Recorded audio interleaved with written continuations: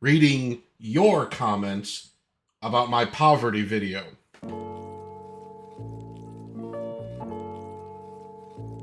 Hey guys, what's going on? Herndo back with you. I'm back from the gym and I am sore as hell, but I got a lot of comments. I made a video called Americans Are Being Pushed into Poverty.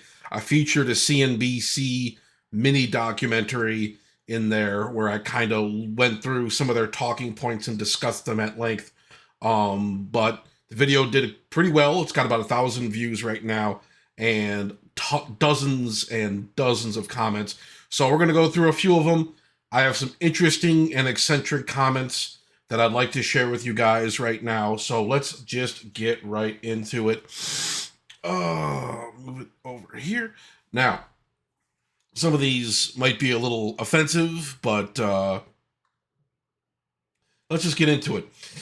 The Real Raz 909 says, the answer is and always has been because of our monetary system. It starts and ends with the money, and the printing combined with the economic shutdowns during the pandemic only made the problem worse.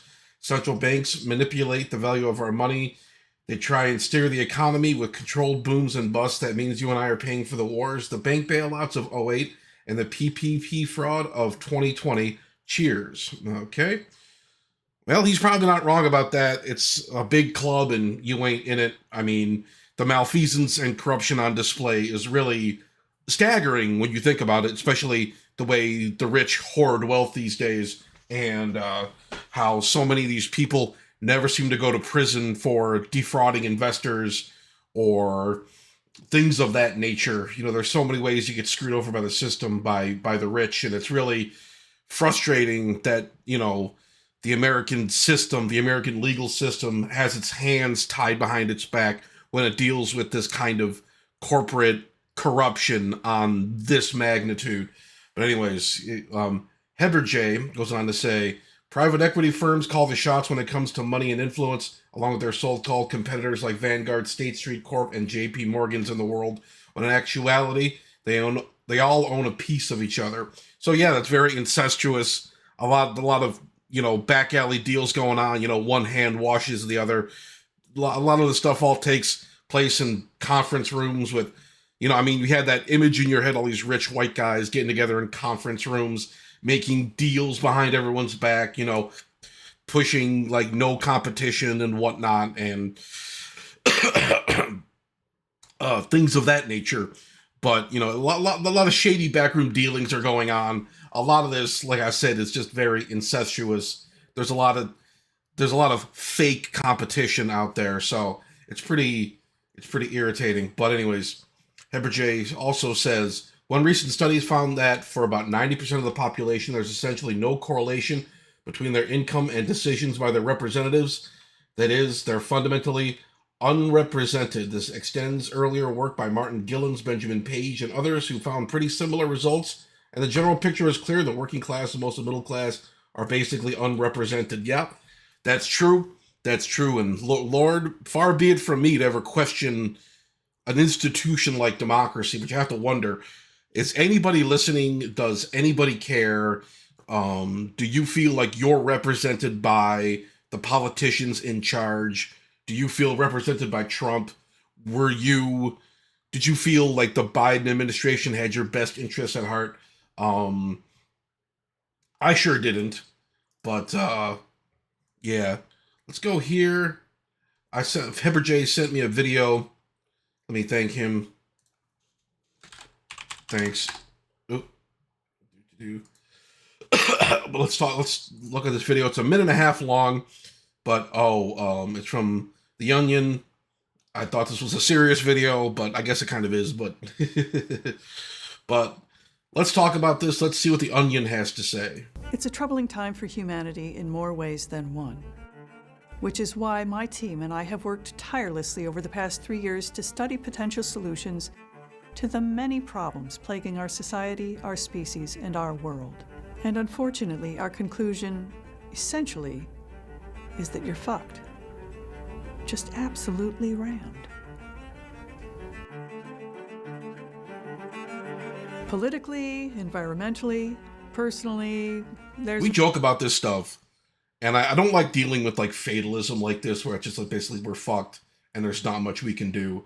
I know I've said a million times, like I want to focus on being more positive on this channel, but it's a big uphill climb, and it it starts, I think, with building a community, finding like-minded people, because this poverty thing, the wage stagnation, the economic fallout, it falls on all Americans, regardless of race, gender, political affiliation.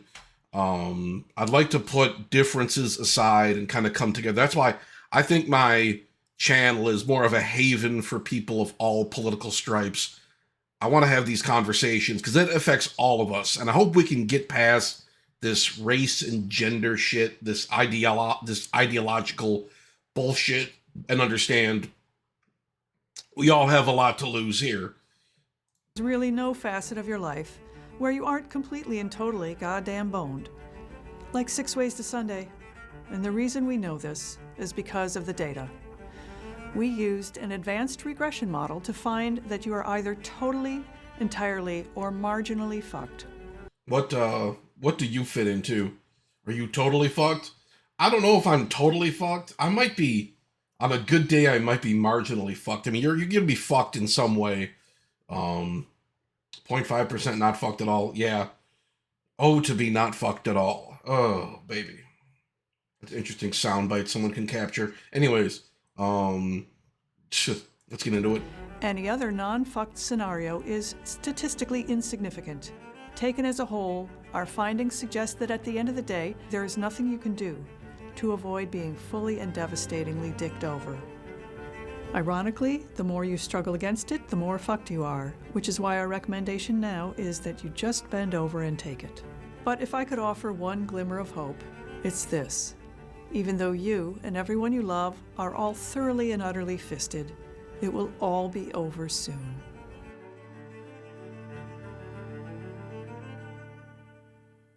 Yep. Conservative man proudly frightened of everything. Oh, lordy. These liberals and their liberal agenda. But let's get into more of these comments here. But yeah, that was a funny video. Thank you, Heber J, for posting that. Really puts the focus on things. We're not saying anything too new, but it's kind of a funny way to frame it. Kind of laugh about it. It's one of those things. But it's something we should take seriously and understand what the problem is. The first step is understanding we're fucked. The first step is understanding and acknowledging we're fucked. And then we move on from there. And hopefully we're able to kind of build something else. Hopefully I don't get struck for that music in there, but whatever. The super rich get tax breaks. This is Jetstream 3528. Huge tax breaks. The government made up the shortfall through selling those same people treasury bonds. So that meant instead of having the tax money from the huge super rich institutions, the government, we the people have to borrow the money with interest via treasury bonds. Now we have huge debt. The politicians will try to balance the shortfalls on the back of the working poor. Don't be fooled. The poor are not to blame. It's a scam, folks. Tax the effing super rich. Yep. I think about this whenever I see Elon Musk like firing people, trying to cut government waste by firing people that like keep basic infrastructure running. I heard this story. This guy made like $50K a year. He was like in charge of water purification for some government office, and he got cut. He got laid off. So like hundreds of thousands of federal employees are getting fucking laid off. I think George Bush Jr. did something similar, or if I'm not mistaken, this is not unprecedented what Trump is doing, but still in these times, it seems to really have an extra effect of kind of like, oh shit, what's going on? Are these institutions going to be able to function at all? And how much do we need them? A lot of MAGA people are saying this is not a big deal. I don't know, but we'll get into that, at some point. I want to discuss that a little bit more. Good thing Americans are falling into poverty. Why? There's a lot of do-gooder Americans who feel sorry for poor people around the world being poverty-stricken. We are sharing neighborhoods with them now. That's one way to look at it. And here we go. McClopchi. The living God has called his people back to tenth from every nation, tribe, and people they invade. The body is coming out of the harlot of lies and the beast of consumerism. The tabernacle is being assembled.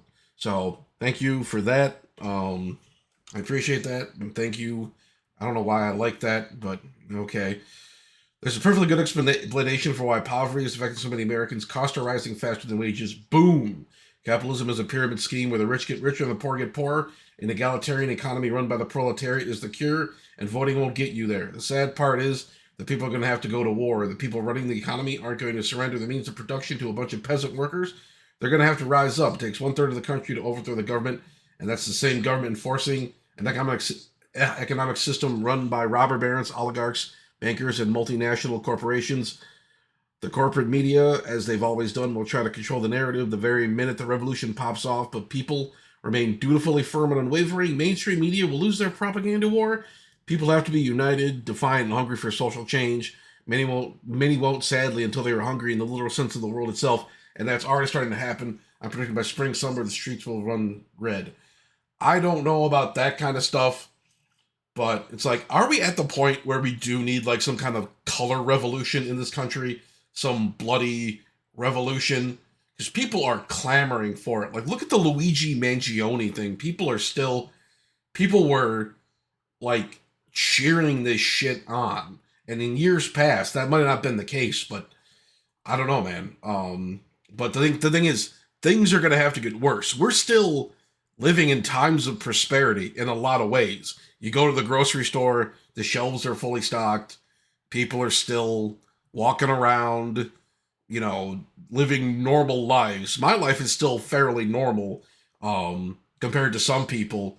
I'm not struggling too badly now, but I've had to cut back a lot, and I'm not able to spend money. I'm living in a 10 by 10 room right now. Almost everything I own fits in here. I've gotten rid of so much stuff. My spending habits have changed. So maybe I should say I am kind of struggling in a way, but I don't want to frame it like I'm some kind of victim. Oh, by the way, there's my Cash App right there.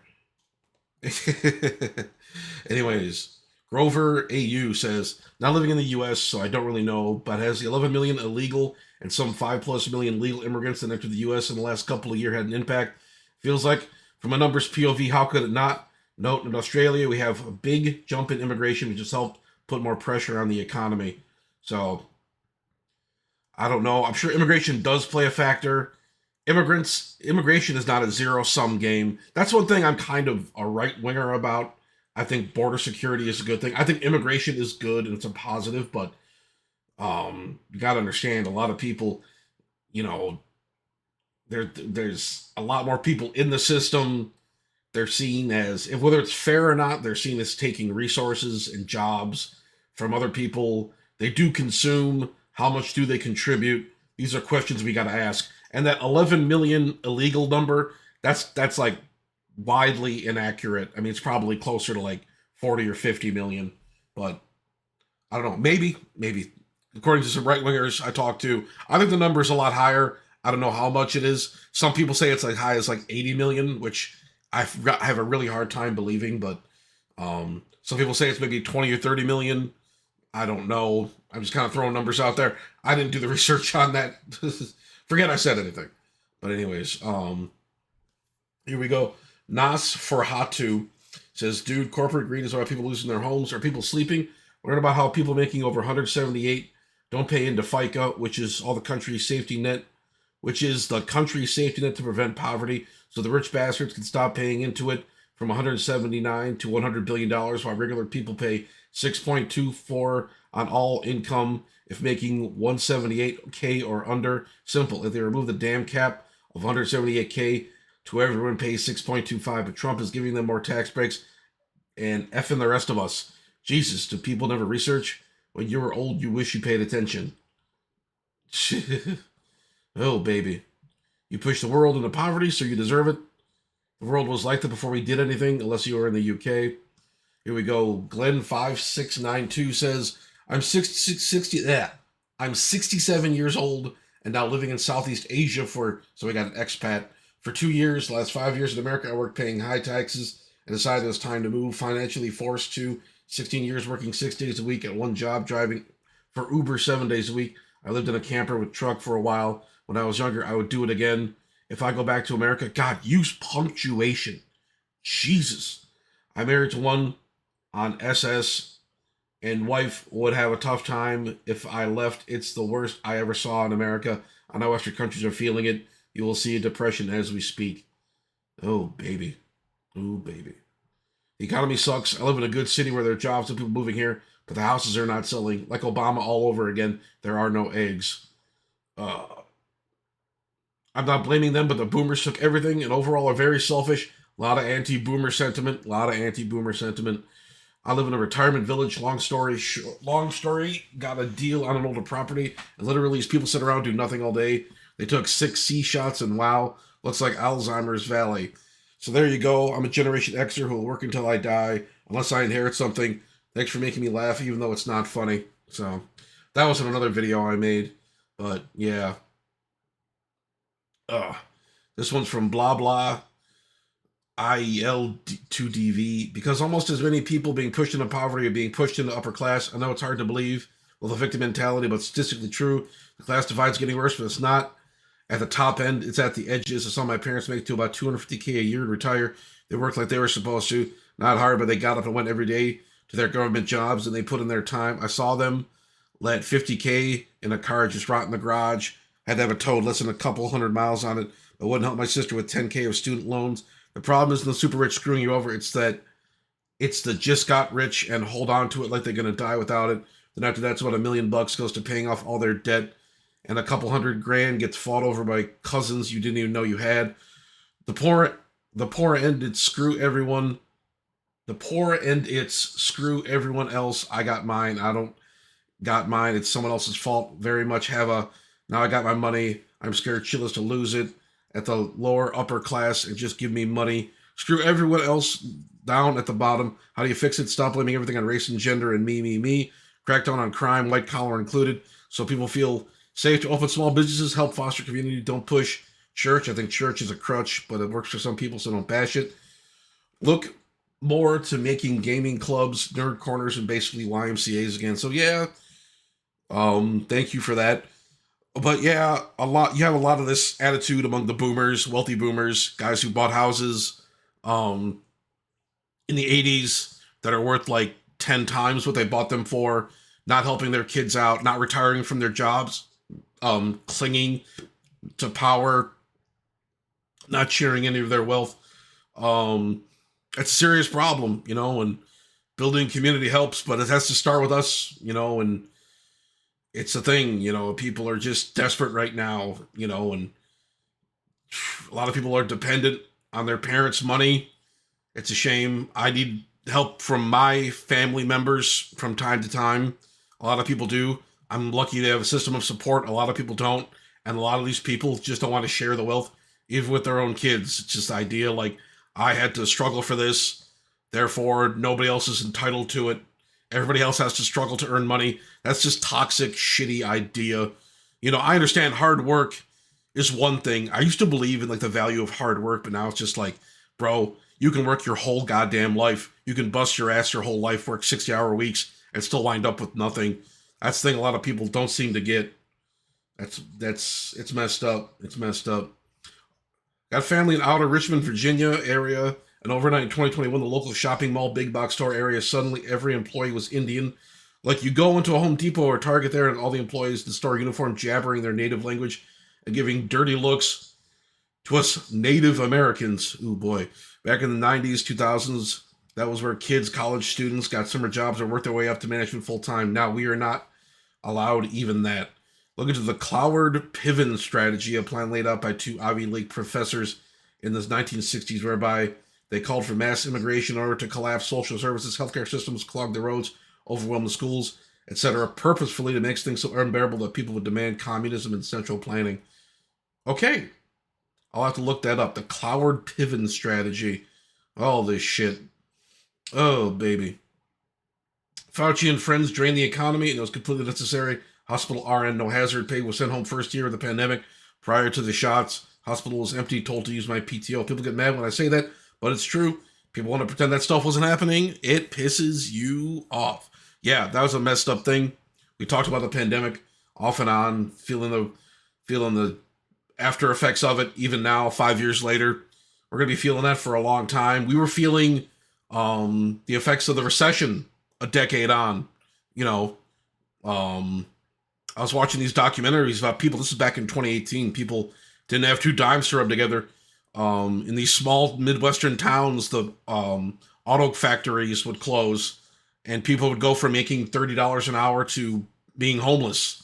And then the factories would reopen. They get bought out by another company, and they'd only pay like 13, 14 bucks an hour. And people just like, hey, too bad. You can't support your family? Too bad. And it's fucked. It pisses you off. It does. I try to be positive and try to keep things light, but it's fucking tough sometimes. Here in eastern North Carolina, a certain ethnic group of people is discriminated against when it comes to job applications and opportunities. Affirmative action used to be a myth, a joke that our grandpas told when they were drinking, but here is the law of the land. What makes it even worse, the same ethnic group is denied any assistance from the Social Security office unless they meet strict conditions, while all other ethnic groups receive full assistance just for existing. I get what you're saying. I think, how can I phrase this? I do think there's something to be said about white disenfranchisement and disillusionment. I do think whitey does get the short end of the stick in a lot of ways, and it pisses people off to say that. But I do think moving forward, we need to kind of acknowledge that a lot of this white reactionary nationalism, a lot of this pro-Trump right-wing shit spawns from white frustration and white anxiety. And a lot of people just dismiss it out of hand. There's a lot of instances where whites are being passed over. There was that big H-1B debate last December, right after the election, where Elon was like, oh yeah, these Indian immigrants are doing a great, amazing job. Personally, let me just say, I don't want to blame immigrants. I don't want to make this a racial thing, an ethnic thing, but I think there are certain aspects of it that need to be addressed. And basically, it's just like, we can work to help white people out without resorting to like racism. That's all I'm trying to say. I think we need to move forward with that. The left has been awful with this. That's one big issue with this racial animosity shit. Whitey does get fucked over in a lot of ways. I think Whitey has a legitimate grievance in this country. Go ahead and cancel me for saying it. People are getting mad. I know I got some left-wing fans on here. We gotta work. We gotta look past this kind of shit. And we gotta acknowledge that a big portion of the population is being fucked over. And we could talk about implications of that and whatnot, but look, I'm acknowledging it. It pisses people off, but it has to be addressed at some point. So, yeah, but anyways, I'm actually looking at some job prospects in the Triangle area, but a little concerned about it there over stuff like this. Got family in outer Richmond, Virginia area, and overnight in 2021, the local shopping mall, big box store area, suddenly every employee was Indian. Like you go to Home Depot or Target there. Yeah, it's an issue. It's happening in certain parts of the country. Big sections of the white population are kind of disappearing and being replaced by immigrants. I know it's like a conspiracy theory to some people, but but this person, I don't know how to pronounce that. But anyways, they say, instead of blaming immigrants, why not blame the government? The profits of employing immigrants could have been used to invest in America, but the top 1% is getting richer and richer. In macroeconomic theory, the number of jobs is potentially infinite, no matter immigration or technology. But the government and business complex is messing things up. Why do you think all your troubles are caused by minorities, not by corporations who have been stagnating your wages while they receive the highest profits in history? I'll never understand why you people defend greed. Isn't greed one of the Bible's deadly sins? Okay, hey, those are good points. Those are good points. We can address white anxiety in a way, but we can also understand a lot of immigrant labor, a lot of immigrants get fucked over too. That's something you have to consider. That's something maybe I looked over. A lot of immigrants get fucked over by the system too. A lot of people see them as a disposable foreign workforce that can be exploited. And a lot of these companies employ immigrants specifically to cut costs and to suppress wages. It's a big, shitty system, and it needs to be totally remade. That's what I'm saying about it. Okay. Just the thing, you know. And if you got an issue with that, hey, we can talk about it. We can talk about it. But, you know, I just had to put that out there. One of the main reasons the lowest percentile of income earners are struggling is because they have to spend everything on essentials. The wealthier people own assets, real estate, stocks, bonds, precious metals. The assets go up in value, and the low income earners do not benefit. Hold on. Ugh. In addition, the NAFTA 90s under Clinton shipped a lot of middle class jobs offshore. This has also led to diseases of despair, AG, lack of food, job, and people turn to drugs or developmental illness. The financialization of the economy in the late 90s with the removal of the Glass-Steagall Act under Clinton, much to our so-called wealth. Your GDP figures come from the inflation of the financial assets as we pump the economy with debt. Our current rate is 1 trillion every 100 days. This is also why everybody is suffering from inflation. We have a high-risk, painful strategy going forward under Trump. In theory, tariffs will raise prices for foreign goods, allowing domestic producers to step in and create domestic jobs. The reason why this is risky is in the short run, prices, e.g. inflation, goes up, and domestic suppliers may not emerge. Anyways, this is the strategy. Hang on for the ride. Trump wants to cut taxes for corporations to encourage domestic investment and grow our way out of increasing jobs and GDP. But the problem is that this reduces government revenue. This is why Doge under Elon emerged. They have to reduce spending in order to reduce taxes. Lots of the risk and pain here. Doge might not be able to cut through. Corporations may do stock buybacks instead of investing. Anyways, lots of risk and pain here. But I'm not sure there's anything else we could do. Good luck, and I wish you the best. So, that's a good comment. Okay. Okay. I'm going to end it with that. Those are some comments I had discussing this. I blaming the boomers, blaming capitalism, blaming immigrants, blaming whoever. Let's keep things in focus here.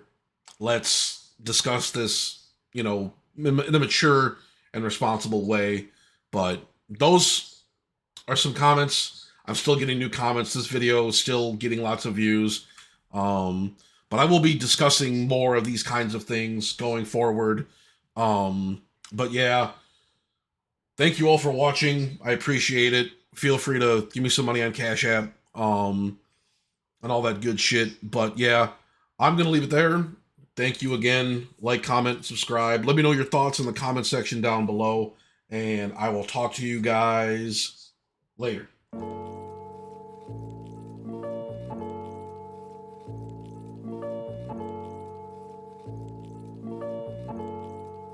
Ryan Little.